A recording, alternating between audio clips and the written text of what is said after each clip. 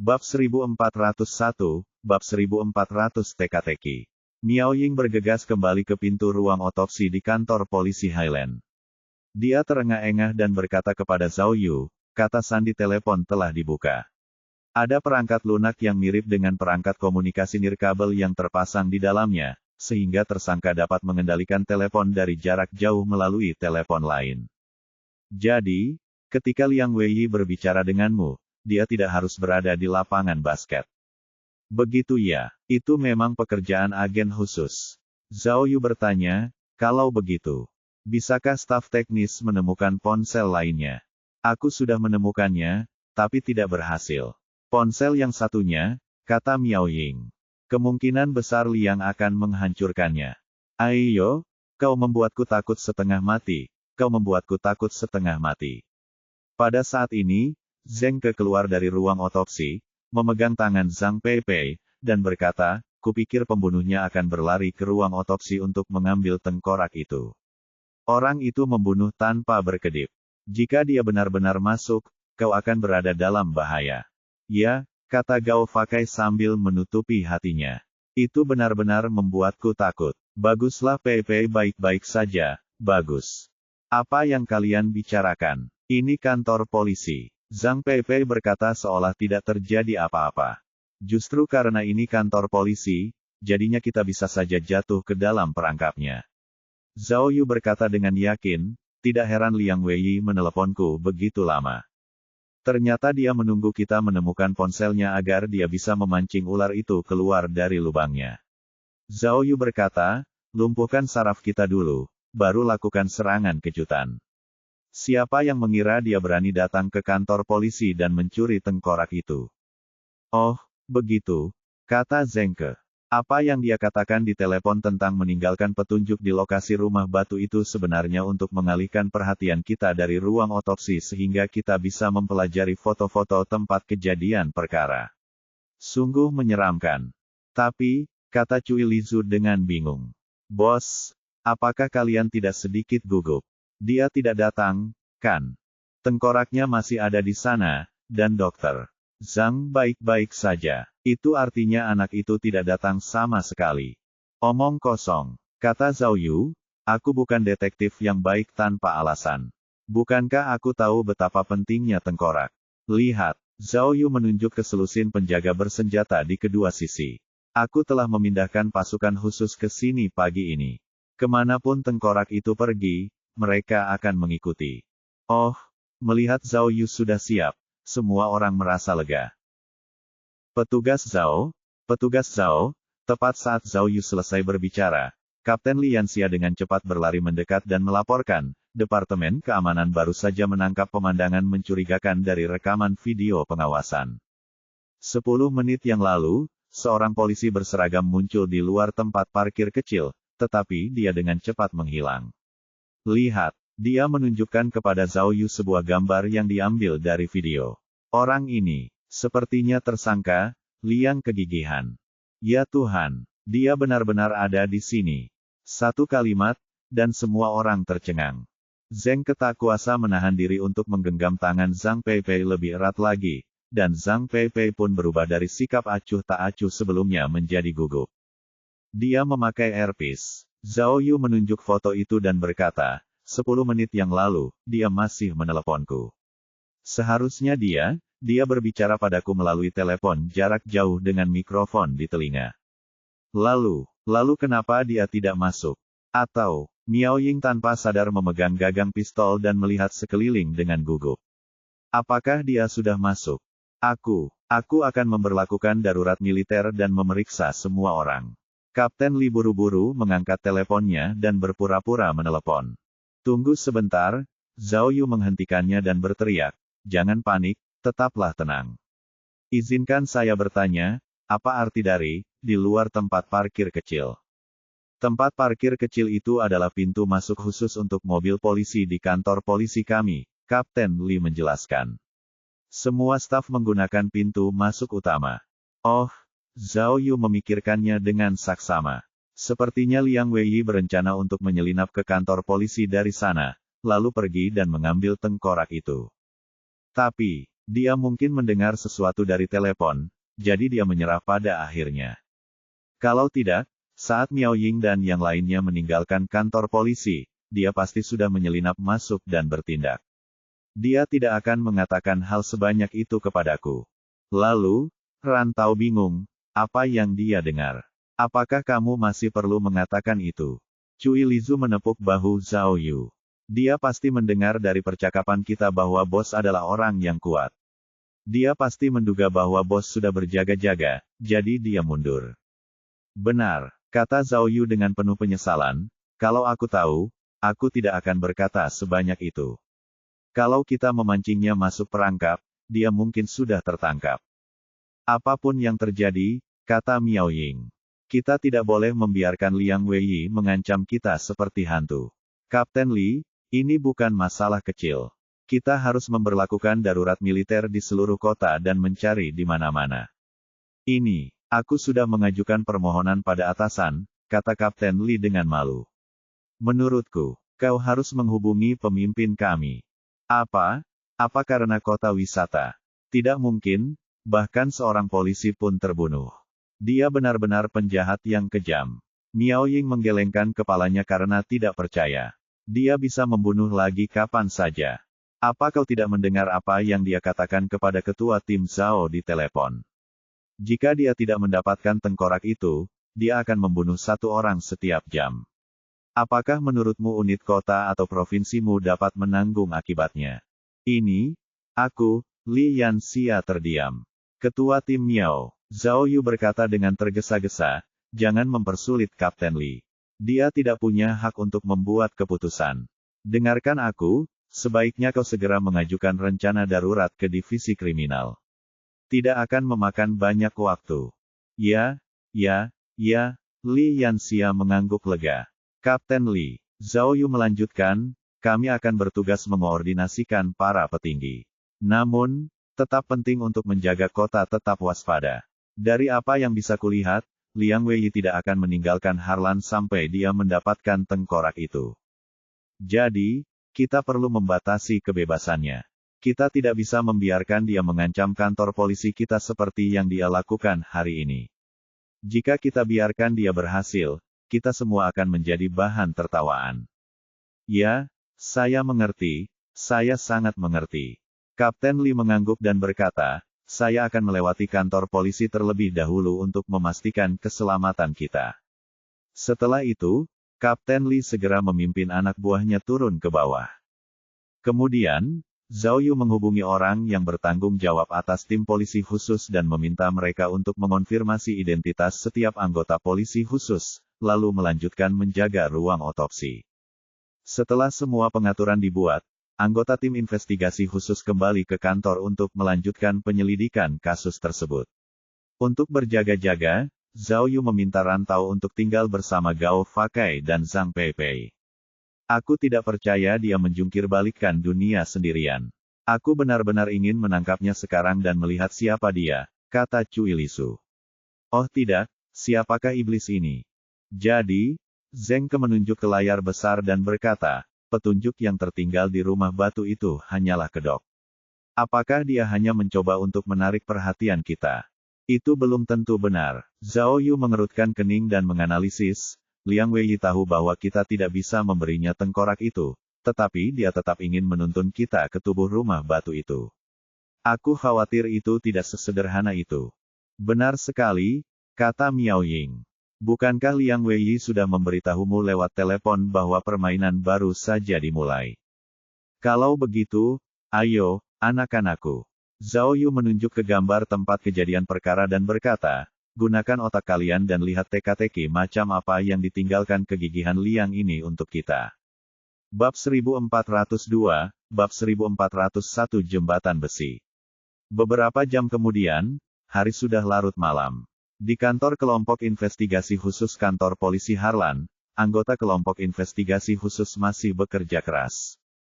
Saya tidak mengerti. Cui Lizu menutup matanya yang besar dengan jari-jarinya dan melihat foto rumah batu di layar lebar. Tidak ada grafiti di dinding, dan hanya ada batu-batu yang berantakan di tanah. Misteri apa yang ada di sana? Ya, kata Zheng Ke. Tidak ada ciri-ciri yang jelas, jadi sulit ditebak. Kurasa lebih baik kembali ke tempat kejadian dan melihat-lihat. Saya sudah meminta orang yang bertanggung jawab di desa Nelayan Tang untuk kembali ke tempat kejadian dan mengambil video yang jelas untuk kita. Kata Miao Ying, tetapi kita harus menunggu sedikit lebih lama.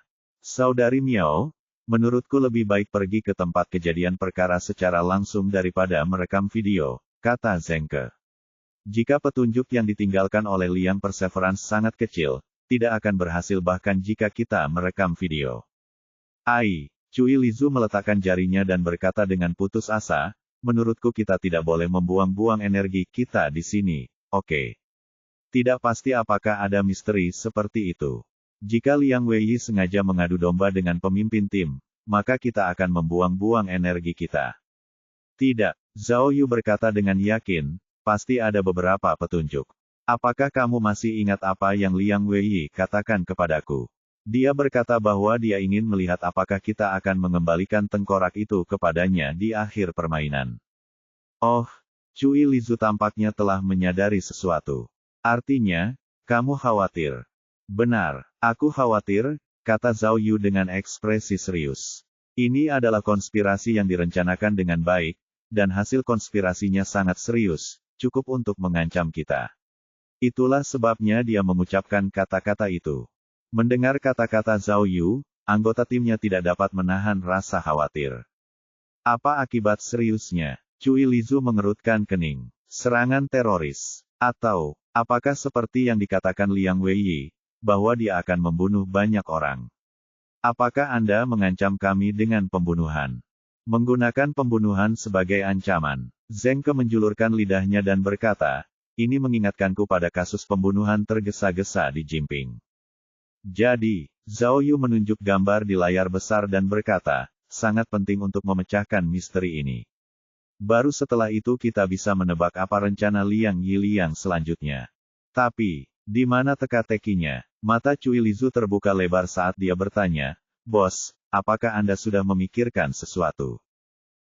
Tidak, jawab Zhao Yu jujur.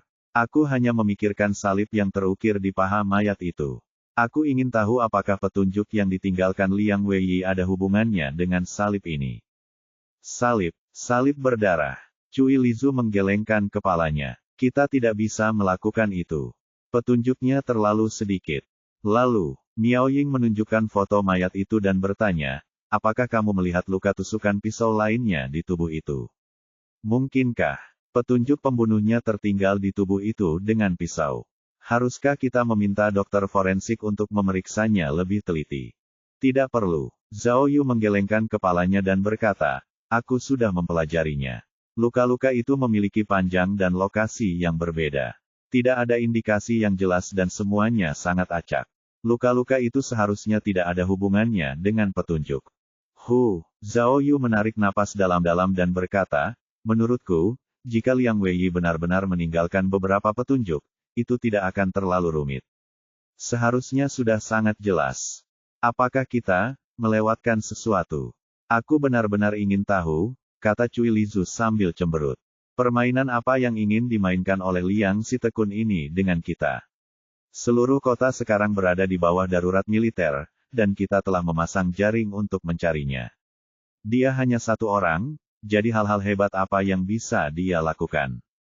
Tidak, Miao Ying berkata dengan sungguh-sungguh, Liang Weiyi berani membunuh seorang polisi, jadi dia pasti sudah menduga bahwa kita akan memasukkannya ke dalam daftar orang yang dicari. Namun, dia masih tidak takut, yang berarti dia pasti tidak punya kaki tangan. Zhao Yu mengangguk, setuju dengan penilaian Miao Ying.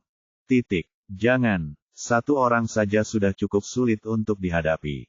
Kalau ada lebih banyak kaki tangannya. Cek. Cui Lizu cemberut dan berkata kepada Zhao Yu, Bos. Bagaimana dengan ini? Aku akan pergi ke geng-geng di Highland dan melihat apakah aku bisa mendapatkan informasi. Tidak, kata Zhao Yu. Targetnya adalah orang yang berbahaya. Aku tidak ingin kejadian seperti Prison Break milik Jiang Ke terulang lagi. Kalian semua, dengarkan baik-baik. Mulai sekarang, tidak seorang pun boleh bertindak sendiri. Semua misi lapangan berada di bawah komandoku. Aku harus memastikan keselamatan semua orang.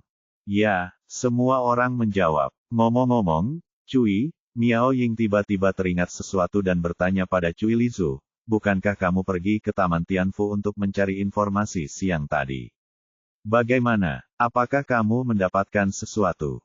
Jangan sebut-sebut itu. Cui Lizu menggelengkan kepalanya dan berkata, yang kudengar hanyalah rumor tentang hantu, yang mengatakan betapa jahat dan ganasnya rumah tua keluarga Yu. Semuanya sangat jahat. Tetapi, ketika kami berbicara tentang keluarga Yu Zhengran, kami tidak bisa mendapatkan banyak informasi, kata Cui Lizu sambil mengedipkan matanya yang besar. Situasi umumnya adalah bahwa setelah keluarga Yu Zhengran menjual bungalow itu, mereka menghilang tidak lama setelah mereka tinggal di sana. Hampir tidak ada komunikasi antara tetangga, jadi kami hanya bisa mendapatkan sedikit informasi. Oh, benar, satu-satunya informasi berguna yang kudapatkan adalah dari seorang penjaga tua di Taman Sky Mansion. Dia mengatakan bahwa selain tuan dari keluarga Yu Zhengran, anggota keluarga lainnya tidak terlihat seperti orang Tionghoa. Dia mengenang, terutama cucu perempuan Yu Zhengran. Dia mengatakan cucunya sangat cantik. Dia secantik peri. Lalu, tidak ada yang lain. Cui Lizu menggelengkan kepalanya. Tidak ada seorang pun yang menyebut-nyebut tsunami. Lalu, bagaimana keadaan kerabat Yu Zhengran? Zhao Yu bertanya lagi. DNA-nya sudah diekstraksi, jawab Zhengke. Tapi datanya belum keluar, jadi untuk saat ini kami belum bisa membandingkannya. Sebelum Zhengke bisa menyelesaikan kalimatnya, dia tiba-tiba melihat Zhang Peipei, dokter forensik, memasuki kantor di bawah pengawalan rantau. Ketua tim Zhao, kata Zhang Peipei kepada Zhao Yu dengan penuh semangat, sambil memegang piring. Kami menemukan ini di tenggorokan korban. Silakan lihat. Mendengar hal itu semua orang terkejut dan berkumpul. Di atas piring itu ada selembar kertas minyak yang kusut. Kertas minyak itu telah dibuka, dan di atasnya ada gambar sederhana yang digambar dengan pulpen. Apa ini? Sebuah jembatan. Cui Lizu adalah orang pertama yang mengeluh. Gambarnya sangat kasar. Ya, itu jembatan, kata Zhengke, melihat strukturnya, itu seharusnya jembatan gantung atau semacamnya. Begitu ya, Zhao Yu tiba-tiba tersadar. Liang Weiyi berbohong. Petunjuknya ada di dalam tubuh, tetapi untuk mendukung kami, dia meminta kami untuk memeriksa tempat kejadian. Ini adalah petunjuk sebenarnya menuju Taowu. Ketua tim Zhao, ketua tim. Tiba-tiba, pintu kantor terbuka lagi, dan Kapten Li Yanxia bergegas masuk untuk melapor. Kami telah memeriksa kantor polisi secara menyeluruh, dan sama sekali tidak ada masalah. Ini. Ketika dia melihat gambar sederhana di atas kertas minyak, dia tidak bisa menahan diri untuk tidak tercengang. Dia bertanya dengan rasa ingin tahu, benda ini. Di mana kamu mendapatkannya? Bukankah ini jembatan besi di Gunung Tua? Apa? Jembatan besi apa? Tanya Zhao Yu. Jembatan besi Laoshan, jawab Kapten Li dengan bingung. Anda dapat melihatnya segera setelah Anda meninggalkan kota Hailan. Jembatan itu berada di Kabupaten Laoshan. Jembatan itu sangat berkarat sehingga hampir runtuh. Jembatan itu pada dasarnya terbengkalai. Bab 1403, Bab 1402 ahli menjelaskan. Saat fajar, kantor polisi Kabupaten Laoshan akhirnya mengirimkan kembali beberapa berita. Polisi setempat, sesuai petunjuk kelompok investigasi khusus, menemukan mayat lain di lubang jembatan besi di Laoshan. Menurut berita, jembatan besi Laoshan dulunya merupakan jalan wajib untuk memasuki gunung tersebut, tetapi lambat laun ditinggalkan karena perubahan jalan dan alasan lainnya. Jembatan besi tersebut juga berkarat dan mengalami korosi, sehingga hampir runtuh. Hanya ada sedikit orang di dekat jembatan besi, dan mayat-mayat itu disembunyikan di lubang-lubang jembatan, jadi mayat-mayat itu telah membusuk selama berhari-hari tanpa ada seorang pun yang menemukannya. Berdasarkan laporan awal kepolisian, mayat tersebut sangat mirip dengan mayat di rumah batu. Almarhum juga merupakan seorang pria berusia 40-an dengan banyak luka sayatan dan tusukan di sekujur tubuhnya. Tidak ditemukan pula sidik jari di jari-jari almarhum. Anehnya, setelah menerima berita itu, Zhao Yu membuat keputusan yang tidak biasa. Secara logika, jika ada satu, maka akan ada tiga. Jika Liang Weiyi benar-benar ingin membunuh mereka, maka dia pasti akan meninggalkan petunjuk lain pada mayat di jembatan besi. Jadi, sebagai ketua tim investigasi khusus, Zhao Yu harus pergi ke tempat kejadian untuk menyelidikinya secara pribadi. Namun, Zhao Yu tidak melakukannya. Ia menyerahkan semua tugas investigasi TKP kepada Miao Ying.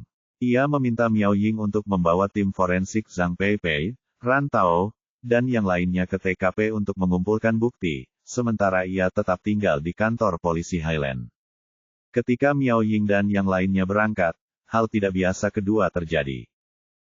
Zheng Ke dan Cui Lizu, yang tinggal di kantor polisi, tiba-tiba menyadari bahwa Zhao Yu tidak sedang menulis beberapa lembar analisis kasus sekaligus seperti biasanya, juga tidak mengerutkan kening di depan papan tulis, tenggelam dalam pikirannya.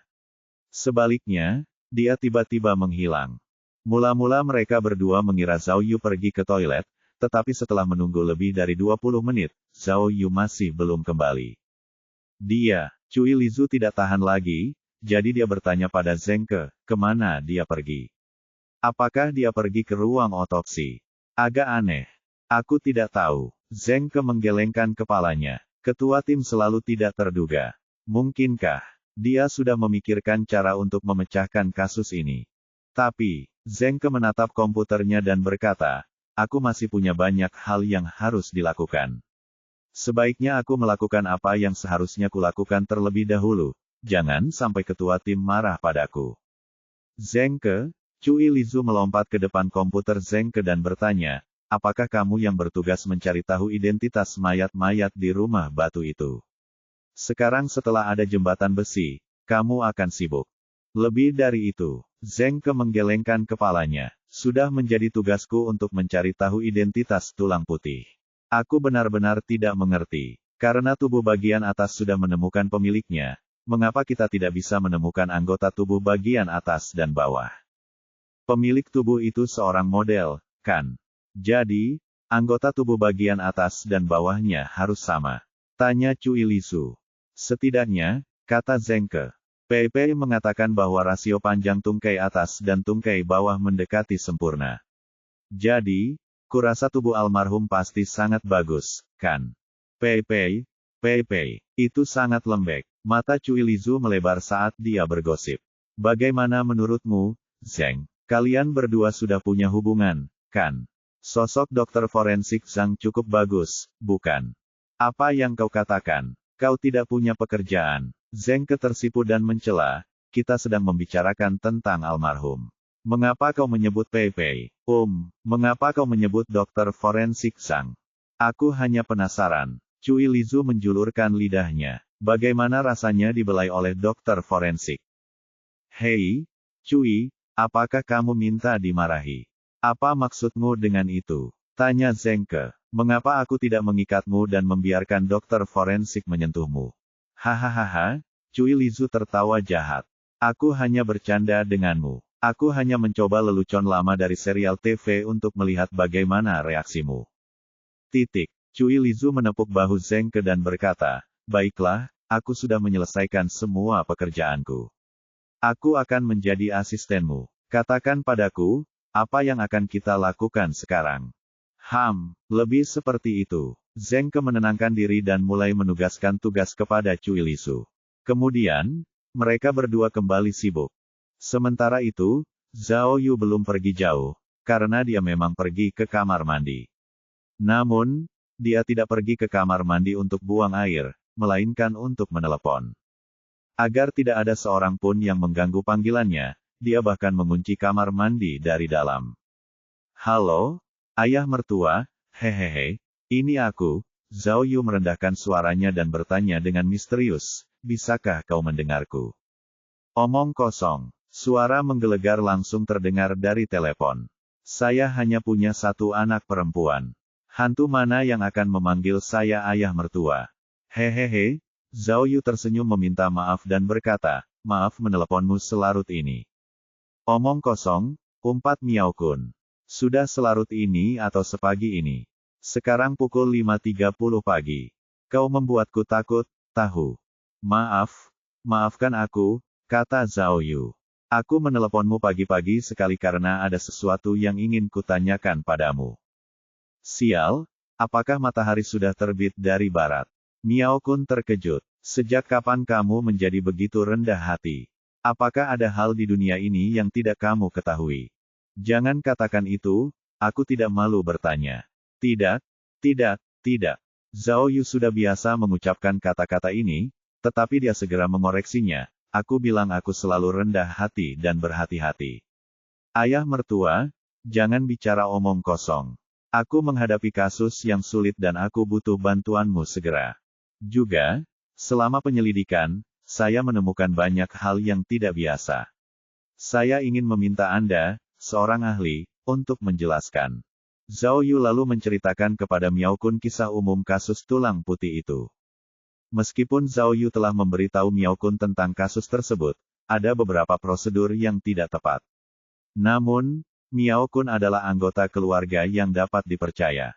Kedua, Zhao Yu merasa bahwa ada banyak aspek dari kasus White Bones yang berada di luar cakupan kasus normal. Untuk menyelesaikan kasus ini dengan lebih baik, ia merasa perlu berkonsultasi dengan Miao Kun, seorang ahli dari Dinas Rahasia. Oleh karena itu, Zhao Yu tidak hanya menjelaskan kasus tersebut kepada Miao Kun, tetapi juga mengiriminya foto tersangka dan korban. Oh, setelah membaca informasi itu, Miao Kun berpikir sejenak. Setelah lebih dari 20 detik, dia berkata kepada Zhao Yu dengan serius, dari apa yang kamu katakan, sekelompok orang yang kamu temui tampak seperti Cheoki. Apa? Zhao Yu tercengang dan bertanya, apa itu Cheoki? Perangkat lunak permainan atau kartu remi. Miao Kun menjelaskan, Cheoki adalah terjemahan dari namanya.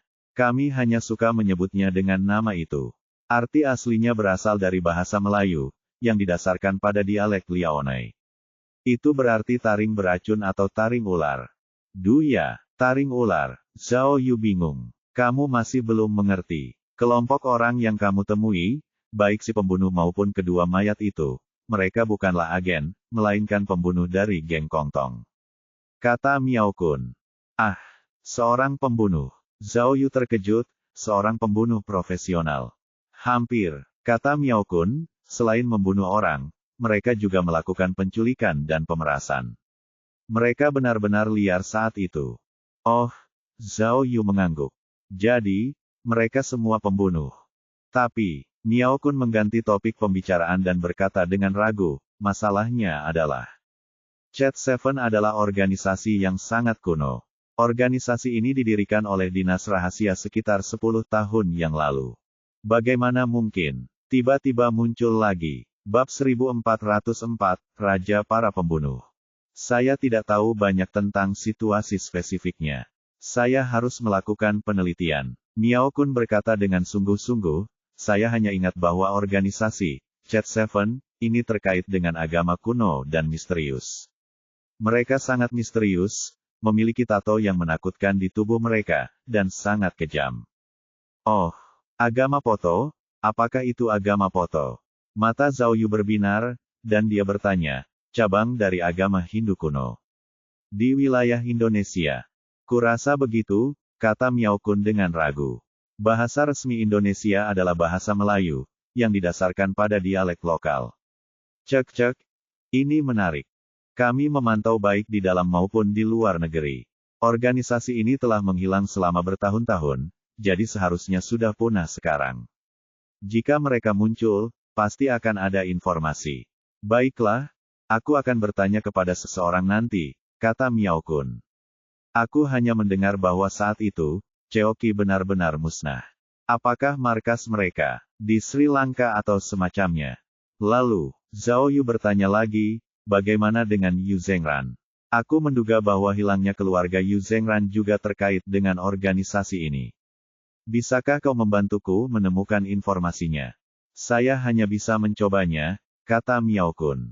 Karena sudah lebih dari 10 tahun yang lalu, dan Yu Zhengran adalah orang Tionghoa perantauan yang kaya yang kembali ke Tiongkok, kemungkinan besar dia ada hubungannya dengan Shaoqi. Dalam kasusmu, jelas ada kecenderungan balas dendam. Baiklah, aku akan menunggu kabarmu. Zhao Yu hendak menutup telepon.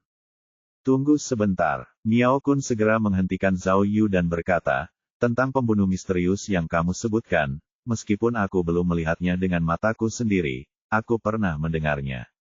Senjata yang digunakannya kemungkinan besar adalah jarum yang dapat ditarik dengan duri di ujungnya. Begitu jarum menembus target dan ditarik keluar, duri akan membentuk saluran darah, yang dengan cepat membunuh target. Selain itu, jarum itu bisa digunakan untuk membuka borgol. Benda itu bisa berubah warna, dan jika berubah menjadi hitam, benda itu bahkan bisa disembunyikan di rambut. Oh, tiba-tiba, Zhao Yu teringat situasi saat ia menangkap Liang Weiwen. Setelah melihat polisi, Liang Weiwen memang meletakkan kedua tangannya di belakang kepala Zhao Yu. Tampaknya dia tidak berniat menyerah saat itu, tetapi menyembunyikan senjata misterius itu di rambutnya. Bagaimana mungkin petugas polisi yang menggeledahnya menemukannya di rambutnya? Meski begitu, menggunakan jarum yang sangat halus untuk membunuh seseorang membutuhkan pelatihan profesional. Tidak mudah untuk menguasainya. Miao Kun berkata dengan sungguh-sungguh, orang yang kamu temui mungkin bukan pembunuh biasa. Oh, Zhao Yu mengangkat alisnya dan tidak bisa menahan diri untuk tidak berkata, Raja Pembunuh. Kamu pasti terlalu banyak menonton film. Kata Miao Kun, tapi, itu gambaran yang cukup bagus. Namun, seorang pembunuh dengan level seperti ini biasanya akan bersikap rendah hati dan tidak akan membunuh tanpa alasan untuk menarik perhatian. Jadi, kamu harus berhati-hati. Karena dia berani bertindak dengan cara yang sangat mencolok, kemungkinan besar dia sedang merencanakan sesuatu. Bagaimana dengan ini? Kata Miao Kun dengan cemas. Cepat dan kirim laporan ke divisi kriminalmu, dan biarkan dinas rahasia menyelidikinya. Kasus ini sudah melampaui cakupan kasus pidana biasa. Zhao Yu tidak mengatakan apa-apa, jelas-jelas merasa khawatir. Zhao kecil, nyawa manusia dipertaruhkan. Musuh ada tepat di depan kita. Jika pihak lain tidak sendirian, konsekuensinya akan terlalu serius bagi kita berdua. Miao Kun tahu apa yang dipikirkan Zhao Yu dan segera menasihatinya. Kamu harus tahu betul bahwa ini bukan masalah harga diri atau harga diri. Kalau tidak, kamu tidak akan meneleponku hari ini, kan? Perkataan Miao Kun tepat sasaran. Awalnya kasus ini merupakan kasus divisi kriminal, jadi jika dinas rahasia tiba-tiba turun tangan, pasti akan memalukan. Namun, Miao Kun benar. Situasinya mendesak, dan kasusnya memang di luar cakupan kasus pidana biasa. Zhao Yu tidak bisa lagi peduli dengan wajahnya. Saya mengerti, Zhao Yu mengangguk dan berkata. Baiklah, saya akan pergi dan melaporkannya sekarang. Baiklah, kata Miao Kun dengan puas, aku akan segera mengaturnya. Aku akan mengirimkan detailnya terlebih dahulu, lalu mengirim seseorang untuk membantumu. Baiklah, katakan ini dulu, Zhao Yu menyatakan syaratnya, apakah kamu masih ingat kejadian Feng Ping? Sebaiknya kamu kirim seseorang yang tahu aturannya. Jangan sampai seperti terakhir kali, atau kamu tahu betapa buruknya emosiku. Baiklah, jangan khawatir. Aku tahu apa yang kulakukan, tunggu saja kabar selanjutnya. Aku janji, kata Miao Kun. Kau harus berjanji padaku bahwa penjahat ini bukan masalah kecil. Jangan biarkan putriku pergi ke ladang. Aku tahu. Dahi Zhao Yu tiba-tiba dipenuhi keringat, karena Miao Ying sudah dalam perjalanan wisata. Setengah jam kemudian, Zhao Yu kembali ke kantor. Meskipun Miao Ying berada di lapangan, dia pergi bersama sekelompok besar orang, jadi keselamatannya tentu saja terjamin. Bos, apakah Anda baik-baik saja? Cui Lizu dan Zeng kesibuk membandingkan mayat-mayat itu. Ketika mereka melihat Zhao Yu kembali, dia bertanya dengan khawatir, apakah Anda diare? Tidak apa-apa, kata Zhao Yu sambil melambaikan tangannya. Bagaimana, apakah ketua tim Miao mengirim surat? Datang. Cui Lizu mendatangi Zhao Yu dan melapor, saya baru saja berbicara dengan saudari Miao di telepon. Mereka sudah melihat mayatnya. Menurut putusan awal forensik Zhang, korban telah meninggal sekitar 10 hari. Seperti mayat di rumah batu, tubuhnya dipotong dan ditusuk di banyak tempat. Penyebab kematiannya diduga karena kehilangan banyak darah. Bukan itu yang ingin kutanyakan. Apa kau mendapat petunjuk? Zhao Yu mengerutkan kening. Apa kau sudah memeriksa tenggorokan mayat itu? Oh, tidak. Cui Lizu menggelengkan kepalanya. Kakak Miao tidak mengatakan apa-apa. Baiklah, aku akan bertanya sendiri padanya. Zhao Yu mengangkat teleponnya. Ketua tim, kata Zheng Ke sambil memegang komputernya. Saya baru saja menerima pemberitahuan bahwa polisi Harlan telah menemukan orang hilang yang mencurigakan. Silakan lihat. Sambil berbicara, Zheng Ke memutar foto-foto di komputer di layar besar dan memperkenalkannya. Meng Kangfei juga seorang model, dan dia cukup terkenal di negara ini. Keluarganya melaporkan bahwa Meng Kangfei hilang 3 bulan lalu. Berdasarkan tiketnya, tempat perhentian terakhirnya adalah Hailan. Oh, Zhao Yu menatap layar besar dan melihat bahwa Meng Kangfei adalah wanita yang sangat cantik. Meng Kangfei tingginya 1,80 meter, kata Zheng Ke. Dia sangat mirip dengan target yang kita cari. Polisi telah meminta keluarganya untuk melakukan tes DNA, dan datanya akan segera tersedia. Ai, Cui Lizu menggelengkan kepalanya dan mendesah. Model lain, menurutmu siapa yang tersinggung oleh model itu? Berdengung, berdengung. Tepat saat Cui Lizu selesai berbicara, ponsel Zhao Yu bergetar. Seseorang meneleponnya. Ketika telepon Zhao Yu berdering, Cui Lizu dan Zheng Ke tiba-tiba menjadi sangat gugup, karena panggilan telepon ini kemungkinan besar dari si pembunuh Liang Weiyi. Namun, setelah Zhao Yu mengangkatnya, mereka berdua merasa lega. Ternyata kali ini, Miao Ying yang mengangkatnya. Zhao Yu, kata Miao Ying, jelas bersemangat. Tidak ada apapun di tenggorokan almarhum, tetapi kami menemukan sederet angka yang diukir dengan pisau di bawah tubuhnya. Saya pikir ini adalah petunjuk baru yang ditinggalkan pembunuhnya untuk kita. Bab 1405, Pemilik Tengkorak. Saat itu pukul 10 pagi. Matahari bersinar cerah, dan udaranya pengap. Zhao Yu bersandar di kursinya dan memejamkan matanya sejenak. Karena ia biasa menyelidiki kasus pada malam hari, Zhao Yu hampir terbiasa begadang sepanjang malam. Namun, bagaimanapun juga, energi seseorang terbatas. Dengan waktu yang terbatas, Zhao Yu tetap harus beristirahat dan menghemat energinya. Namun, Zhao Yu tidak tidur lama sebelum ia terbangun oleh getaran ponselnya. Kali ini, Miao Ying yang menelepon. Ketua tim Zhao, aku menemukannya. Miao Ying melaporkan, rangkaian angka yang ditinggalkan pembunuh di jembatan besi memang sebuah koordinat. Kami memasuki gunung tua sesuai koordinat dan menemukan sebuah gua. Oh, Zhao Yu mengerutkan kening. Jadi, di dalam gua, tanyanya.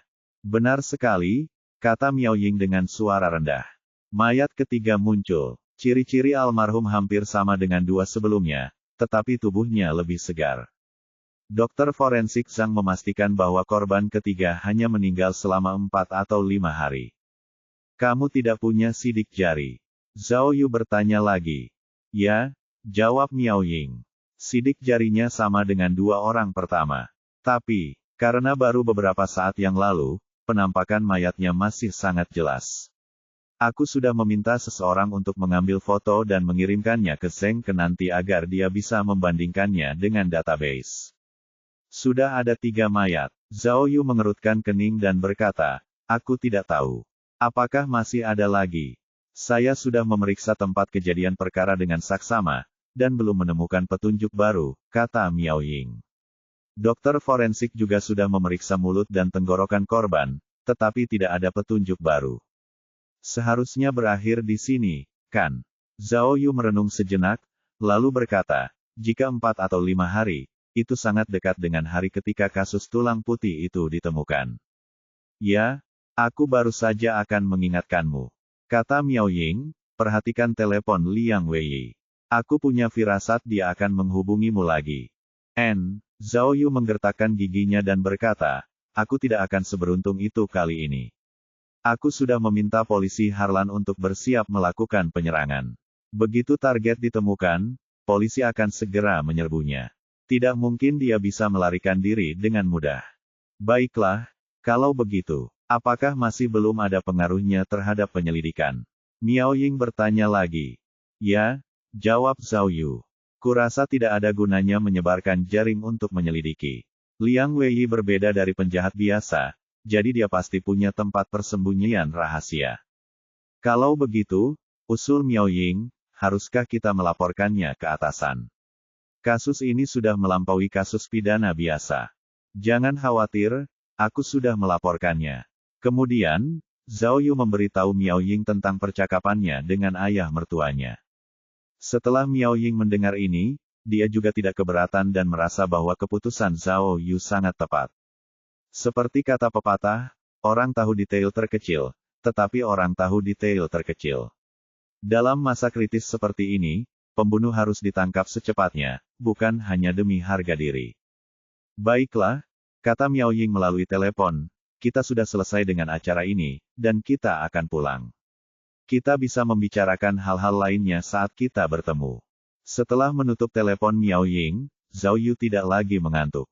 Dia segera berjalan ke papan tulis dan mulai menambahkan informasi tentang tubuh ketiga. Sementara dia menambahkan informasi, dia juga memikirkan keseluruhan kasusnya.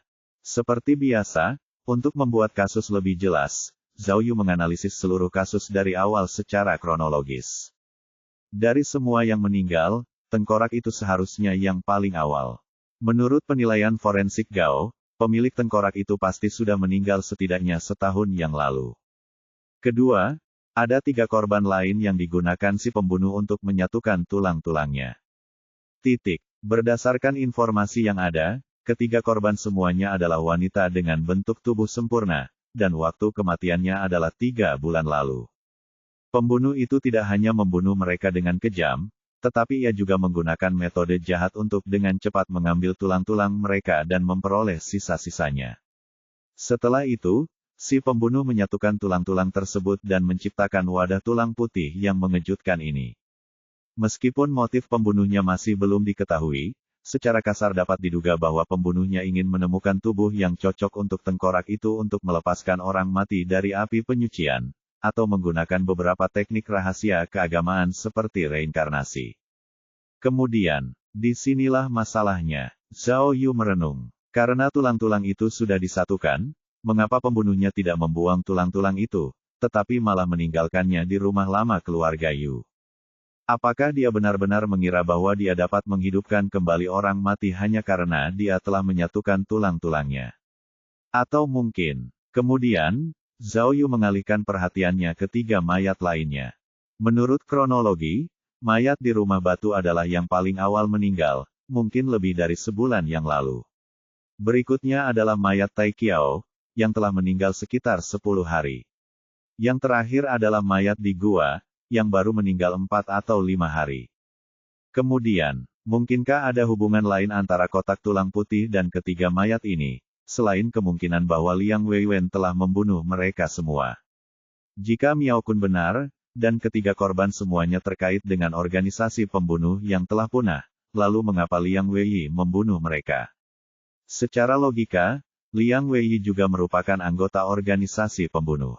Jadi, apakah dia membunuh orang-orangnya sendiri? Kenapa dia melakukan hal itu? Hilangnya keluarga Yu Zhengran, kasus tulang putih, Liang Weiwen, 3 mayat, organisasi pembunuh, dan agama misterius foto. Apa hubungan tersembunyi antara petunjuk-petunjuk ini? Ketua tim, suara Wu Xiumin tiba-tiba menyela pikiran Zhao Yu. Dia memegang setumpuk dokumen saat melapor kepada Zhao Yu, ini adalah informasi tentang klinik gigi Liang Weili. Meskipun terletak di daerah terpencil, bisnisnya bagus, dan reputasinya juga bagus. Polisi bertanya kepada lebih dari 10 pasien, dan semuanya mengatakan bahwa mereka memiliki kesan yang baik tentang kegigihan Liang. Meskipun dia tidak pandai berbicara, dia sangat sabar dan memiliki keterampilan yang baik.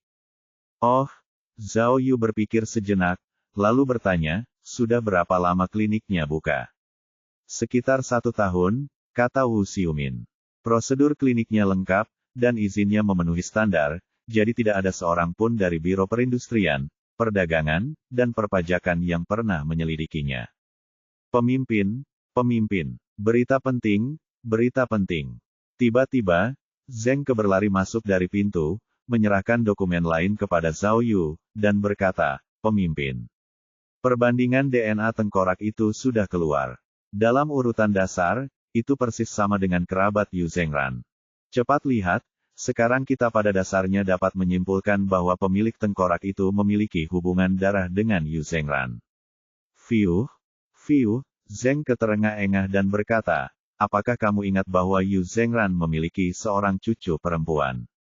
Menurut analisis forensik Gao, pemilik tengkorak itu adalah seorang wanita berusia 30-an. Menurutmu, Zheng berkata dengan gembira, pemilik tengkorak itu adalah cucu perempuan Yu Zhengran. Ah, mendengar berita ini, Zhao Yu tidak dapat menahan rasa merinding di sekujur tubuhnya. Tepat pada saat itu, seseorang tiba-tiba mengetuk pintu kantor. Silakan masuk. Wu Xiumin segera membuka pintu dan melihat seorang polisi berseragam. Zhao Yu mengenalinya. Dia adalah bawahan Kapten Li Yanxia. Pimpinan, kata polisi itu sambil memegang surat kilat. Ini adalah paket yang baru saja diterima oleh Satpam. Coba lihat, penerimanya adalah polisi, dan pengirimnya adalah Liang Yiwen. Bab 1406, Teka-teki pembunuhan. Kami menjalani pemeriksaan keamanan sederhana, kata petugas polisi itu sambil memegang kurir mail. Setidaknya tidak ada bahan peledak atau komponen elektronik, tetapi kami tidak yakin apakah ada racun atau bubuk virus. Pemimpin, mengapa saya tidak memberitahu tim peledakan atau departemen bioeksperimental? Halo, pemimpin. Sebelum polisi itu bisa menyelesaikan kalimatnya, Zhao Yu langsung merobek email itu. Wu Ho, kerumunan itu terkejut dan mundur beberapa langkah. Itu hanya email. Lihat betapa takutnya kamu. Gerutu Zhao Yu, jangan lupa bahwa tengkorak itu ada di tangan kita.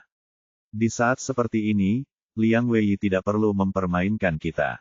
Sambil berbicara, dia merobek surat itu dan mengeluarkan selembar kertas.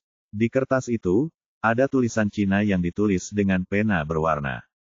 Polisi, saat Anda menerima surat ini, Anda seharusnya sudah melihat 3 teka-teki yang saya tinggalkan untuk Anda. Bagian selanjutnya dari permainan ini adalah yang paling menyenangkan. Saya akan memberi Anda waktu 3 hari untuk menebak jawabannya. Jika kamu bisa menebaknya, aku akan pergi ke kantor polisi dan menyerahkan diri. Jika kamu tidak bisa menebaknya, maka kamu harus siap menanggung akibatnya. Di akhir surat itu, ada tanda tangan, Liang Weiwen. Orang ini terlalu licik. Zheng berkata tidak percaya, dia tahu menelepon tidak akan berhasil, jadi dia menggunakan pengiriman ekspres. Benar, kata Wu Xiumin. Betapapun cepatnya pengiriman kilat, tetap saja butuh waktu. Jelas, dia sudah membuat persiapan sebelumnya. Kami baru saja menemukan mayat ketiga dan suratnya sudah sampai. Pokoknya, kata Zhao Yu kepada petugas polisi yang mengantar surat itu, periksa lagi video kurir yang mengirim email itu. Kalau bisa, lacak sumber emailnya. Ya, polisi itu segera menerima perintah itu dan pergi.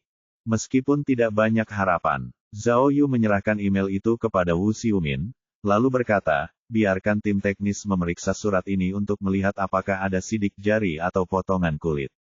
Wu Xiumin mengambil email tersebut dan berkata, saya akan menghubungi mereka sekarang. Ini makin lama makin menarik. Zhao Yu kembali menatap 3 papan tulis putih yang penuh dengan tulisannya sendiri dan berkata penuh arti, rumah batu, jembatan besi, dan 3 mayat di dalam gua adalah teka-teki nyata yang ditinggalkan Liang Yiwen untuk kita. Apakah permainannya baru saja resmi dimulai? Pemimpin tim, tanya Zheng sambil mengerutkan kening. Dengan hanya 3 tubuh, menurutmu apa yang Liang Wei ingin kita berikan padanya? Mungkinkah masih ada petunjuk yang belum kita temukan pada mayat-mayat ini? Benar, Zhao Yu mengangguk. Tapi petunjuk lainnya pastilah petunjuk tersembunyi. Petunjuk tersembunyi. Zheng mengulangi. Untuk mayat pertama, kami hanya menemukan rumah batu karena petunjuk langsung dari Liang Weiwen. Zhao Yu menganalisis, untuk mayat kedua, kami hanya menemukan jembatan besi karena Liang Wei menaruh catatan di tenggorokan mayat pertama. Untuk yang ketiga, kami hanya menemukan gua karena koordinat di bawah jembatan besi. Tidakkah menurutmu ketiga petunjuk ini terlalu sederhana? Sederhana, Zheng berpikir sejenak, lalu bergumam, apakah itu sederhana? Ketiga petunjuk itu sederhana karena dia ingin kita menemukan ketiga mayat itu. Dan sekarang, dia mengatakan bahwa ketiga mayat ini adalah misteri yang sebenarnya, dan dia ingin kita memecahkan misteri ini. Jadi, kata Zhao Yu, yang dia maksud adalah dia ingin kita memastikan identitas ketiga mayat ini. Hanya dengan mengetahui siapa yang sudah mati, kita akan tahu apa teka-teki sebenarnya. Oh, Zheng Ke mengerti. Jadi, yang terpenting sekarang adalah mencari tahu identitas ketiga mayat itu, kan? Baiklah, aku akan menggunakan perangkat lunak perbandingan video. Tidak masalah, kata Zhao Yu sambil menatap papan tulis. Mengenai identitas almarhum, aku sudah mengaturnya. Kamu tidak perlu khawatir tentang hal itu untuk saat ini. Ah, apa? Zheng Ke tercengang. Saya selalu bertanggung jawab atas hal ini. Mengapa saya belum pernah mendengarnya? Siapa yang kamu cari? Kau akan segera tahu. Zhao Yu melambaikan tangannya dan berkata, namun, mengenai kasus-kasus lainnya, kita tidak bisa bersantai. Jika kita ingin memecahkan misteri di balik pembunuhan Liang yang gigih, kita harus mengungkap seluruh kasusnya.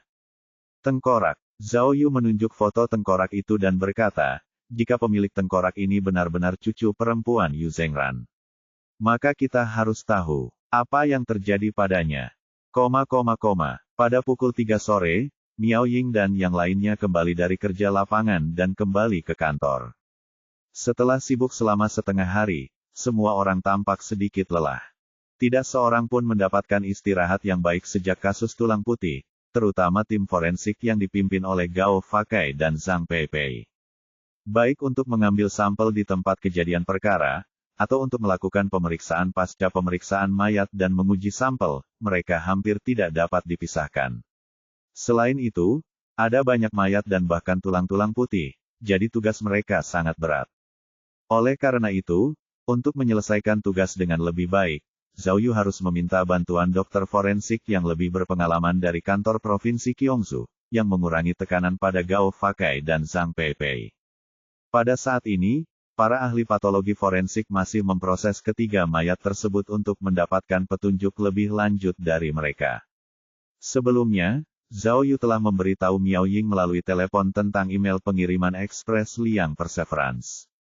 Setelah Miao Ying mengetahuinya, dia juga merasa situasinya serius. Jadi, setelah kembali, dia mengabaikan rasa lelahnya dan terus membahas kasus tersebut dengan Zhao Yu. Apakah kamu masih ingat? Miao Ying menunjuk ke papan tulis dan berkata, kami hanya menemukan jejak kaki di tempat kejadian perkara kasus tulang putih, tetapi tidak ada sidik jari. Jadi, tebaknya, jari-jari Liang Weiyi pasti sama dengan ketiga mayat itu, semua sidik jarinya sudah dihapus. Hal ini dapat dipastikan. Zhao Yu mengangguk dan berkata, baik itu villa tempat Liang Wenli tinggal atau klinik gigi yang dibukanya, tidak ada sidik jari yang sah yang ditemukan. Jika memang begitu, Miao Ying menganalisis, berarti Liang Weiyi dan ketiga mayat itu berasal dari keluarga yang sama. Jika Liang Weiwen adalah orang yang membunuh mereka, bukankah itu sama saja dengan saling membunuh? Aku juga menduga begitu, kata Zhao Yu. Mungkin, mereka punya konflik internal. Ayahmu mengatakan bahwa organisasi pembunuh ini telah punah selama lebih dari 10 tahun, kata Zhao Yu. Sudah tenang selama bertahun-tahun. Mengapa mereka tiba-tiba muncul? Miao Ying mengangguk, kalau kita bisa tahu kenapa mereka kembali, mungkin. Sebelum Miao Ying bisa menyelesaikan kalimatnya, dia tiba-tiba melihat sosok yang dikenalnya muncul di pintu kantor. Bukankah ini? Miao Ying ragu-ragu karena dia sudah lama tidak melihatnya. Hahaha, ketua tim Zhao, ketua tim Miao, apa kabar? Seorang pemuda yang tidak terlalu tinggi tetapi bertubuh kekar masuk. Begitu masuk, dia menyapa Zhao Yu dan Miao Ying dengan senyum lebar. Hahaha, akhirnya kita bertemu lagi. Oh, ketika Zhao Yu melihat pria itu, sudut mulutnya sedikit melengkung. Dia mendesah dalam hatinya. Tidak heran ayah mertuanya, Miao Kun, mengatakan bahwa dia tahu apa yang dia lakukan. Ternyata dia telah mengirim seorang kenalan lama. Xiao Hang. Miao Ying juga mengingat nama pria itu dan dengan cepat menjawab, kenapa kamu? Bab 1407, Identitas Almarhum. Ternyata orang yang dikenal Zhao Yu dan Miao Ying adalah Xiao Hang, yang pernah terlibat dalam kasus emas bersama di Fengping. Ini dokumen investigasiku. Dinas rahasia mengirimku ke sini. Xiao Hang menyerahkan dokumen itu kepada Zhao Yu dan berkata dengan sopan, saya merasa sangat terhormat bisa bekerja sama denganmu lagi, Ketua Tim Zhao. Sebagai Kapten Dinas Rahasia, Xiao Hang bisa dibilang orang yang tidak patuh. Namun, di hadapan Zhao Yu, dia tidak berani bertindak gegabah. Penampilan berani Zhao Yu dalam Fengping telah membuatnya terkesan, dan dia kagum terhadap Zhao Yu. Wah, senang sekali kau ada di sini. Setelah mengalami situasi hidup dan mati di peti emas itu, Zhao Yu dan Xiao Hang sudah lama melupakan masa lalu. Dia berkata dengan sopan, aku khawatir ayah mertua akan mengirimiku orang yang seperti nenek-nenek. Jangan khawatir, jangan khawatir. Xiao Hang sangat mengenal karakter Zhao Yu, jadi dia segera menjelaskan, kami di sini untuk membantu dan bekerja sama dengan pekerjaan Ketua Tim Zhao. Kami akan mendengarkanmu dan mendengarkan semua perintah. Hehe. Kita semua keluarga, tidak perlu bersikap sopan. Kita punya tujuan yang sama. Aku harap kita bisa membawa para penjahat itu ke pengadilan secepatnya.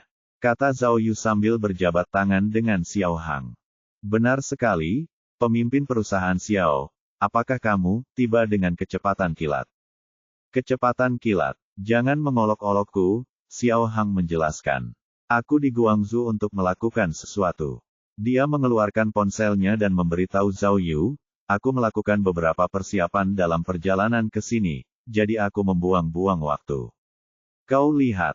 Sambil berbicara, Xiao Hang membuka gambar di ponselnya dan berkata, ini adalah informasi terperinci tentang mayat kedua yang Anda berikan. Kami telah mengambil sejumlah besar rekaman video orang ini dari ibu kota provinsi Gyeongsu, pelabuhan Yalong, dan tempat-tempat lain. Orang ini pasti seorang pelaut. Anak buahku sedang menuju pelabuhan Yalong untuk memastikannya. Aku khawatir mereka akan segera mengirimkan berita yang akurat. Wah, cepat sekali, Zhao Yu terkejut dan bertanya, dengan cara apa kamu menangkapnya? Yah, ini, ekspresi Xiao Hang tampak canggung, dan dia tidak menjawab. Namun, Zhao Yu masih dapat menebak bahwa dinas rahasia pasti memiliki seperangkat peralatan perekam video yang canggih, sehingga mereka dapat membandingkan informasinya dengan begitu cepat. Namun, peralatan canggih semacam ini harus dirahasiakan dan tidak dapat diungkapkan kepada publik. Baiklah, Zhao Yu hanya peduli dengan hasilnya, jadi dia tidak bertanya lebih lanjut. Dia kemudian bertanya, karena mayat kedua telah ditemukan, bagaimana dengan mayat pertama dan ketiga? Oh, aku mengerti. Zheng tiba-tiba berkata, ternyata ini yang dimaksud Ketua Zhao ketika dia mengatakan bahwa semuanya sudah diatur. Dinas rahasia sebenarnya sudah dikerahkan. Ahem, Xiao Hang terbatuk canggung, lalu buru-buru menjelaskan pada Zhao Yu, pembusukan tubuh pertama sudah parah sekali, jadi sangat sulit untuk merekam videonya. Saya sudah membawa staf teknis ke sini. Kami berencana untuk melakukan restorasi potret pribadi jenazah terlebih dahulu, lalu kami akan merekam videonya. Mengenai jenazah ketiga, kami sedang mengerjakannya, dan kami akan segera mendapat kabar. Bagus sekali. Setelah kita bisa memastikan identitas ketiga korban, kita bisa melanjutkan ke langkah berikutnya. Zhao Yu bertanya kepada Xiao Hang dengan penuh semangat, saudaraku, apakah ada kabar baik lainnya selain identitas korban? Ada juga Yu Zhengran. Xiao Hang menjentikkan jarinya di pintu kantor, dan seorang agen bertubuh tinggi segera masuk dari luar.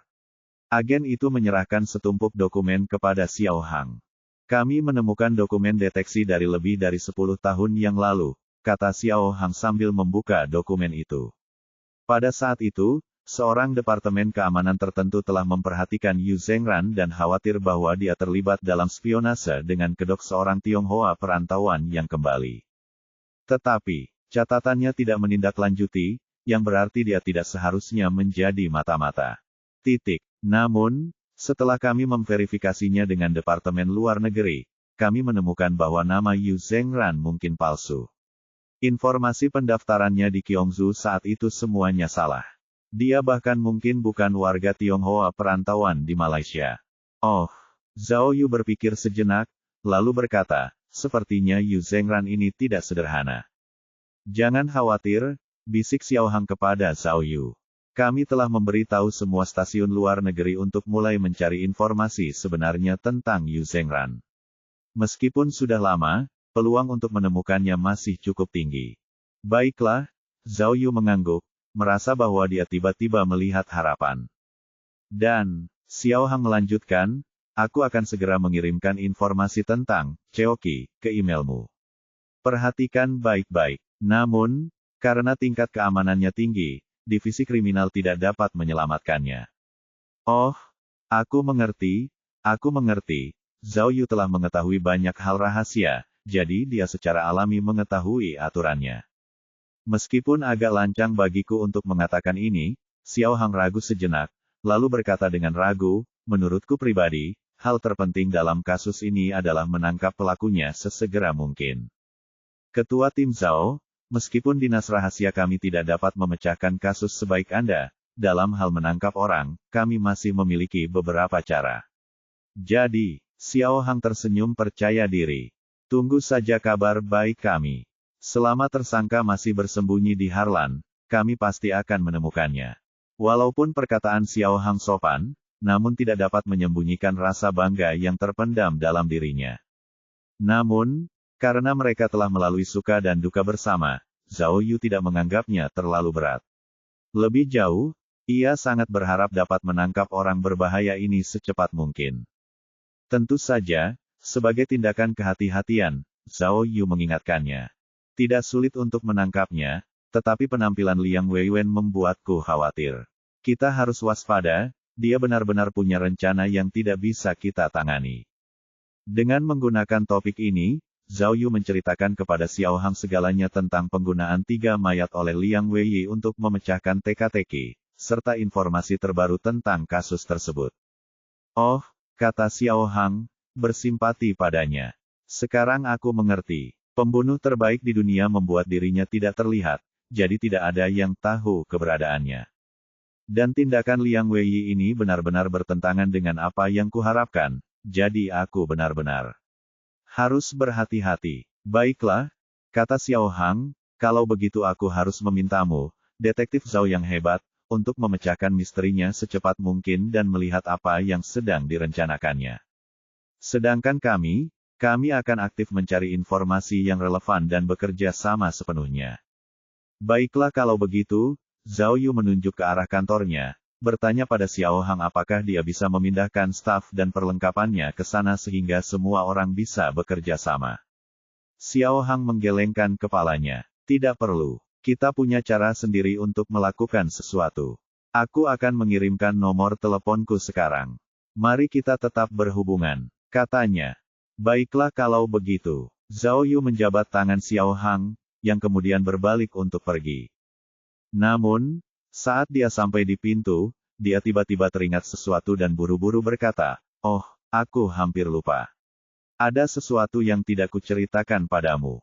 Tentang agama Poto, Xiao Hang menunjuk ke gambar di papan tulis dan berkata, "Kami sudah mengirim orang ke Indonesia untuk berkonsultasi dengan ahli lokal. Jika perlu, kami akan mencari di semua tempat yang menganut agama Poto. Kami pasti akan menemukan informasi paling rinci dalam waktu 3 hari." Setelah berkata demikian, Xiao Hang melangkah keluar kantor dan menghilang. Wow, Zheng Ke menggelengkan kepalanya dan mendesah. Dinas rahasia benar-benar kuat. Rasanya penyelidikan yang membosankan seperti itu adalah hal yang mudah bagi mereka. Setelah mendengar perkataan Zheng Ke, Miao Ying tak kuasa menahan diri untuk bertukar pandang dengan Zhao Yu, karena Miao Ying tahu bahwa dalam waktu dekat, Zhao Yu juga akan dipindah tugaskan ke Dinas Rahasia dan menjadi anggota Dinas Rahasia. Bab 1408, Kode Genetik Rahasia. Sehari kemudian, dengan bantuan Dinas Rahasia, Zhao Yu memperoleh informasi yang lebih akurat dan terperinci. Pertama-tama, selain tubuh yang sangat membusuk di rumah batu, identitas 2 tubuh lainnya telah dikonfirmasi. Orang yang meninggal di jembatan besi itu memang seorang tukang perahu dari pelabuhan Subdragon, tetapi dia bukan tukang perahu biasa. Dia adalah bos dari sebuah perusahaan penangkapan ikan yang memiliki lebih dari 100 perahu nelayan. Penduduk setempat memanggilnya Juru Mudi. Nama pria itu adalah Huang Baili. Menurut intelijen, dia adalah orang yang rendah hati dan tidak pernah menunjukkan wajahnya di depan umum. Dia juga mengelola perusahaan perikanan di balik layar. Karena dia belum menikah dan memiliki anak, tidak ada seorang pun yang melaporkan hilangnya dia ke kantor polisi setelah dia hilang. Meskipun identitas Huang Baili masih dalam penyelidikan, Xiao Hang sudah menduga bahwa perusahaan perikanan Huang Baili terlibat dalam beberapa bisnis ilegal, seperti penyelundupan atau penyelundupan. Berikutnya, ditemukan pula identitas mayat ketiga, yakni mayat laki-laki di dalam goa. Berdasarkan perbandingan video, nama pria tersebut adalah Xing Fei Yuan, dan ia tinggal di beberapa kota pesisir di sebelah barat Provinsi Gyeongsu. Tidak seperti Huang Baili, orang ini jauh lebih terkenal. Dia mengendarai mobil mewah senilai lebih dari 1 juta yuan, tinggal di sebuah bungalow, dan memiliki banyak simpanan. Dia memiliki 5 orang anak. Di permukaan, dia berkecimpung dalam bisnis tembakau dan minuman keras, tetapi pada kenyataannya, dia bahkan tidak memiliki toko atau gudang yang layak. Dia menghabiskan sebagian besar waktunya untuk menghabiskan uang, minum-minum, dan merayu gadis-gadis, menjalani hidup dalam keadaan mabuk. Dia tidak tahu dari mana uangnya berasal. Setelah dia menghilang, kekasihnya sudah menelepon polisi. Mengenai situasi yang lebih spesifik, Xiao Hang telah mengirim anggota timnya untuk menyelidiki. Selain itu, penampakan tubuh pertama telah dipulihkan, tetapi karena penampakan yang dipulihkan tersebut rentan terhadap kesalahan dalam perbandingan video, sejauh ini, belum ditemukan kecocokannya. Namun, Xiao Hang mengira ketiga korban itu mungkin telah berhubungan satu sama lain, jadi ia mulai menyelidiki identitas 2 korban lainnya. Setelah itu, para penyelidik yang dikirim ke luar negeri oleh Dinas Rahasia juga mendapat beberapa informasi kembali. Mengenai informasi Yu Zhengran, sebuah negara Asia Tenggara telah memberikan informasi yang dapat dipercaya. Informasi Yu Zhengran sangat mirip dengan informasi seorang pedagang super kaya di negara itu. Lebih dari 1 dekade lalu, saudagar kaya ini terlibat dalam kudeta di negara tersebut.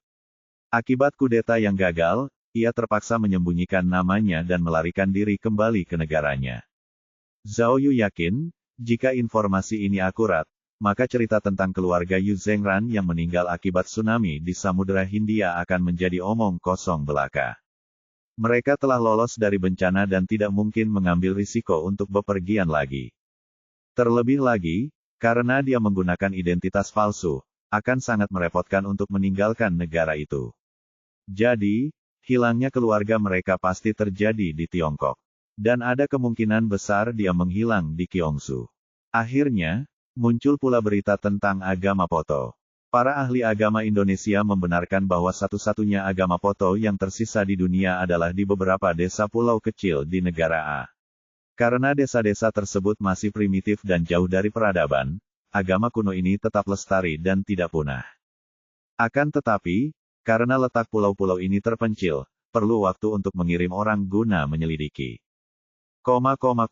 Ketua tim Zhao, Zhang Peipei datang ke kantor pada pukul 10 malam dan melaporkan kepada Zhao Yu perkembangan tim forensik mereka.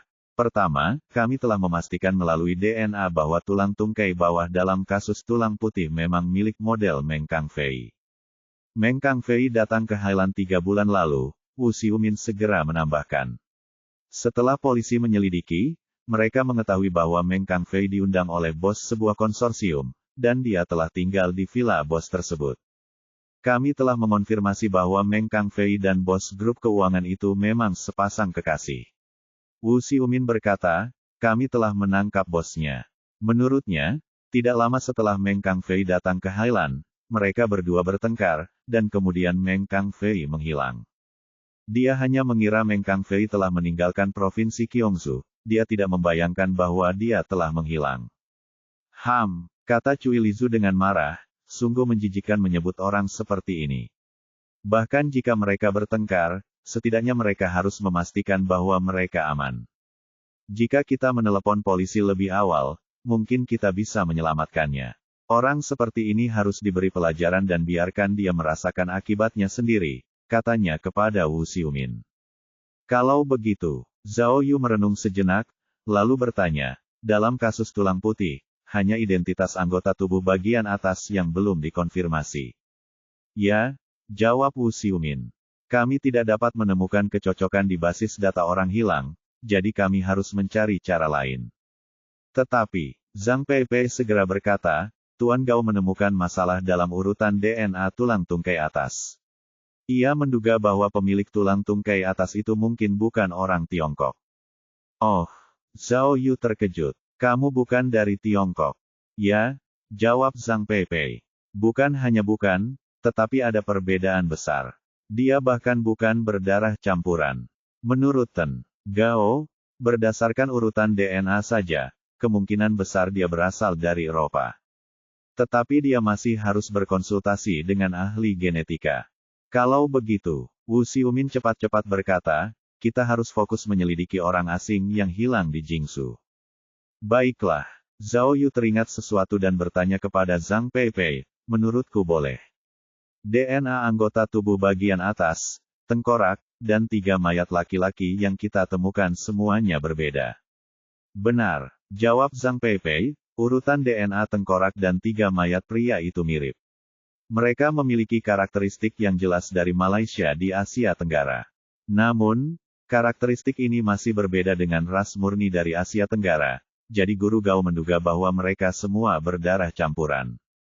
Oh, Zhao Yu berpikir sejenak, lalu berkata pada dirinya sendiri, jadi, para korban perempuan dalam kasus tulang putih, selain pemilik tengkorak, 3 perempuan lainnya mungkin tidak ada hubungannya dengan keluhan para berdarah campuran Asia Tenggara ini. Apakah karena bentuk tubuhnya yang bagus, Liang Weiyi secara khusus memilihnya? Itu murni sebuah pengorbanan. Bos, Cui Lizu bertanya dengan heran. Apakah menurutmu aku benar lagi? Jika pemilik tengkorak itu adalah cucu perempuan Yu Zhengran, maka Liang Weiyi tidak ragu untuk membunuhnya dan mengambil tulangnya, hanya untuk melepaskan jiwanya dari api penyucian, sehingga dia bisa menjadi wanita cantik dengan bentuk tubuh yang sempurna di kehidupan selanjutnya. Jika spekulasi Cui benar, tebak Wu Xiumin, maka Liang Weiyi dan Yu Zhengran juga seharusnya memiliki hubungan keluarga. Yu Zhengran punya seorang putra, dan dia tampaknya seusia dengan Liang Weiwen. Benar, mata Wu Xiumin membelalak saat dia bertanya, mungkinkah bahwa ini adalah rencananya? Organisasi pembunuh itu membunuh keluarga Yu Zhengran, tetapi putra Yu Zhengran melarikan diri.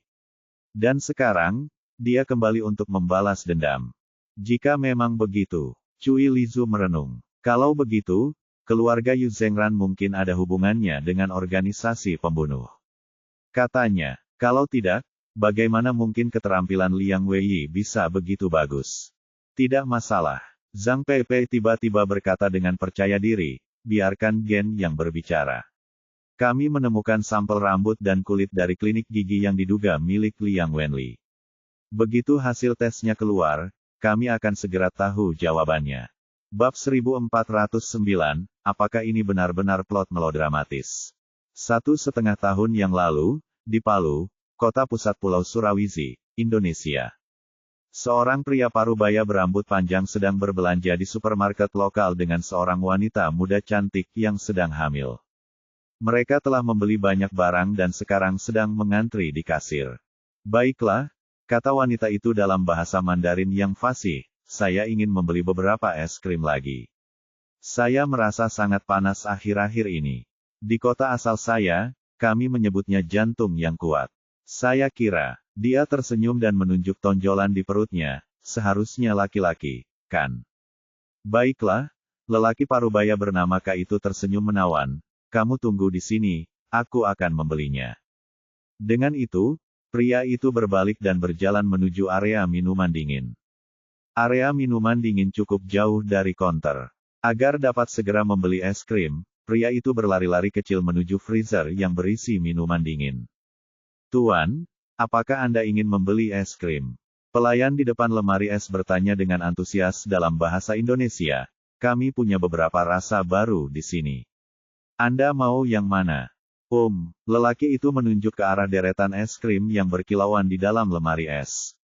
Ia sedikit terpesona oleh pilihannya, jadi ia tidak punya pilihan selain berkata kepada pelayan, berikan saja beberapa yang paling mahal.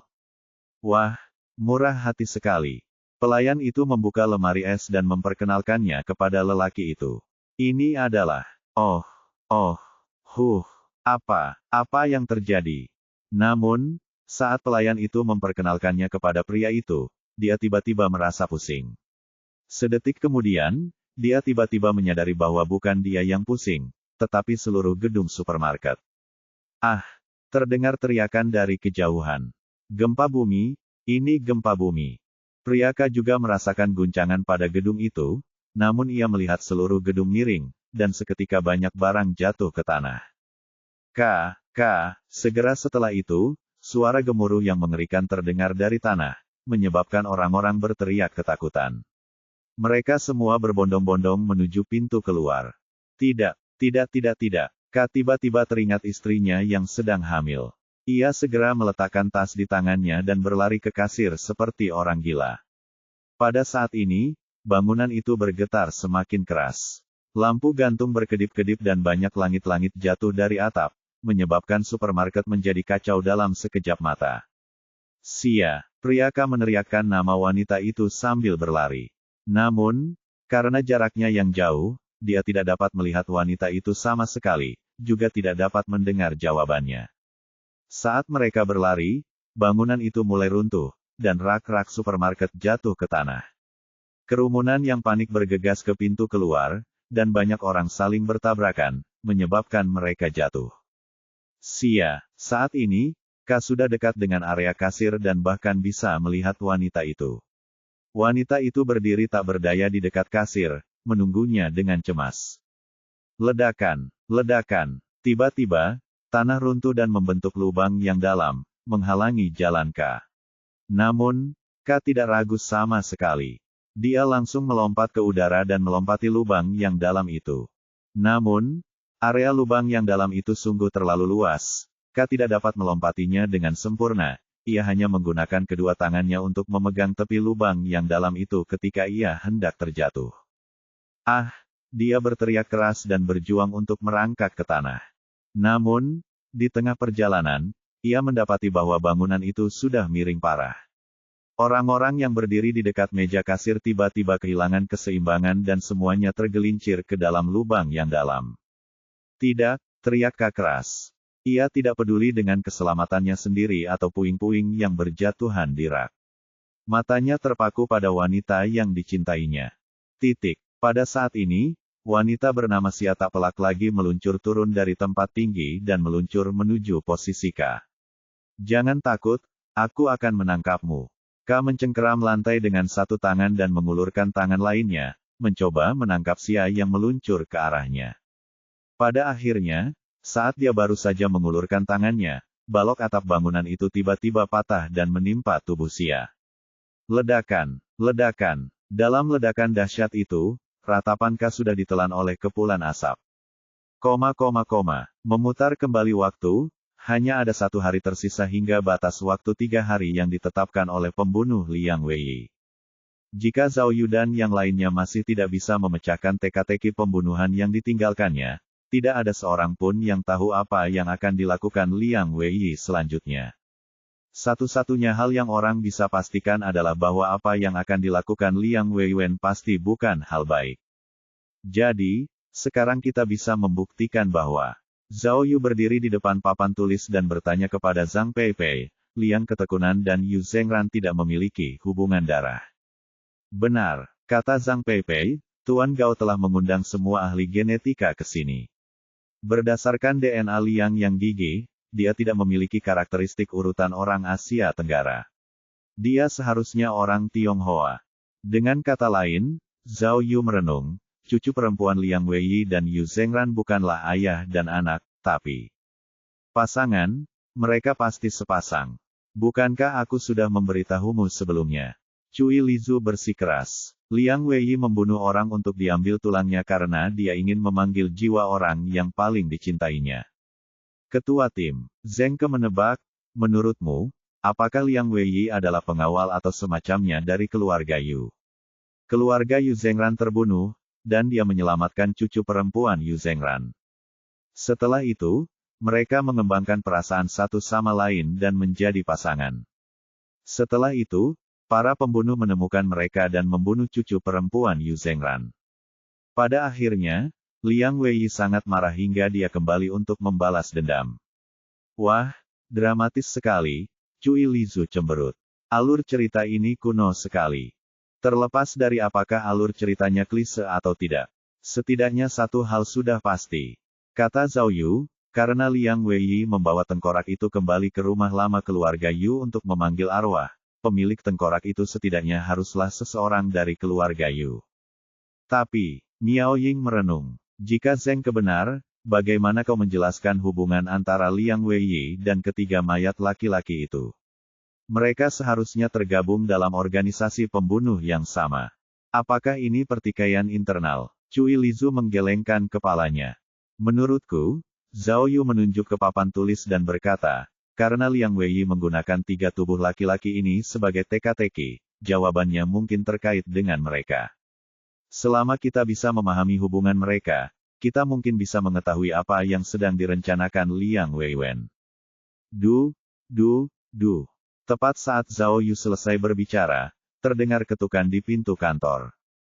Cui Lizu berdiri sangat dekat dengan pintu, jadi dia membukanya dengan tergesa-gesa. Namun, ketika dia melihat orang yang baru saja masuk, dia langsung menggertakkan giginya, menunjukkan bahwa dia tidak menyambutnya. Kapten Xiao Hang lah yang pernah menangkap Cui Lizu di masa lalu. Ketua tim Zhao, Xiao Hang menyapa Cui Lizu dengan tatapan matanya, lalu dengan cepat melapor kepada Zhao Yu, kami mengikuti saranmu dan diam-diam menyelidiki kediaman kedua korban pria itu, dan lihatlah, dia mengeluarkan setumpuk foto untuk dilihat Zhao Yu dan memperkenalkannya dengan penuh semangat. Kami menemukan barang-barang yang berhubungan dengan agama Poto di rumah mereka. Ini berarti mereka berdua juga percaya pada agama Poto. Bab 1410, hanya jawabannya yang tersisa.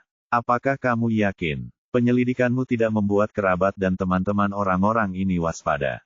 Zhao Yu menatap wajah-wajah hantu, jimat, topeng, dan benda-benda keagamaan lain yang familiar di foto-foto itu dan bertanya dengan cemas kepada Xiao Hang. Benda-benda tersebut memang sama dengan benda-benda keagamaan yang ditemukan di lokasi kejadian kasus tulang putih dan di Villa Liang Wenli. Jangan khawatir, kata Xiao Hang. Semua penyelidikan dilakukan secara rahasia. Keluarga dan teman-teman almarhum tidak tahu apa yang terjadi. Baguslah. Zhao Yu berpikir sejenak, lalu berkata, kita masih belum tahu teka-teki pembunuhan apa yang ditinggalkan Liang Weiwen. Sebelum jawabannya dikonfirmasi, kita belum bisa merilis informasi apapun tentang ketiga korban yang tewas untuk sementara waktu. Saya mengerti, kata Xiao Hang. Ia lalu melapor kepada Zhao Yu, mengenai korban pertama. Karena gambarnya dipulihkan oleh komputer, kami telah membandingkannya dengan video beberapa orang yang diduga sebagai target. Saat ini kami sedang mengeliminasi mereka satu persatu. Namun, dari informasi yang telah kukumpulkan, kata Xiao Hang sambil menyerahkan dokumen lain, orang bernama Kai Xingwen ini adalah yang paling mencurigakan. Oh, Zhao Yu melihat informasi itu. Seorang pemilik toko barang antik. Ya, meskipun kami tidak menemukan laporan orang hilang, kata Xiao Hang, kami menemukan bahwa toko barang antiknya sudah tidak buka selama hampir sebulan. Orang ini sama dengan Huang Baili. Meskipun dia kaya, dia sangat rendah hati. Meskipun dia sudah menikah dan punya anak, dia bercerai dan istri serta anak-anaknya pergi ke daratan. Kami juga menemukan rekaman video dia melepas bajunya dari kamera pengawas di tempat pangkas rambut. Xiao Hang menunjuk gambar di dokumen itu. Lihat tato di tubuhnya, sangat mirip dengan tubuh laki-laki yang ditemukan di rumah batu itu. Zhao Yu mengangguk. Saya punya pertanyaan sekarang. Apakah ketiga orang ini pernah berhubungan satu sama lain? Hal pertama yang kami periksa adalah catatan panggilan, kata Xiao Hang sambil menggelengkan kepalanya. Catatan panggilan menunjukkan bahwa mereka tidak saling menghubungi, tetapi identitas ketiga orang ini semuanya palsu. Kami tidak dapat mengesampingkan kemungkinan bahwa mereka memiliki cara rahasia lain untuk saling menghubungi. Lalu, bagaimana kalau kita bertemu langsung? Zhao Yu bertanya lagi, Anda bisa fokus pada video yang diambil dalam waktu 1 bulan, terutama setelah korban pertama menghilang. Saya pikir 2 orang lainnya mungkin ada hubungannya. Saya sudah melihatnya, tetapi saya belum menemukannya. Kata Xiao Hang, Kai Xingwen ada di Hailan, Huang Baili ada di pelabuhan Yalong, dan Xing Fei Yuan ada di sebelah barat Kiongsu. Jika mereka bertiga sering bertemu, seharusnya tidak sulit bagi kita untuk menemukan video yang relevan. Zhao Yu mengangguk, lalu berkata dengan serius, bagaimanapun juga, Liang Weiwen pasti punya alasan untuk membunuh ketiga orang ini. Jika kita ingin memecahkan teka-teki ini, kita harus tahu hubungan di antara mereka, jadi. Aku mengerti, kata Xiao Hang sambil mengangguk.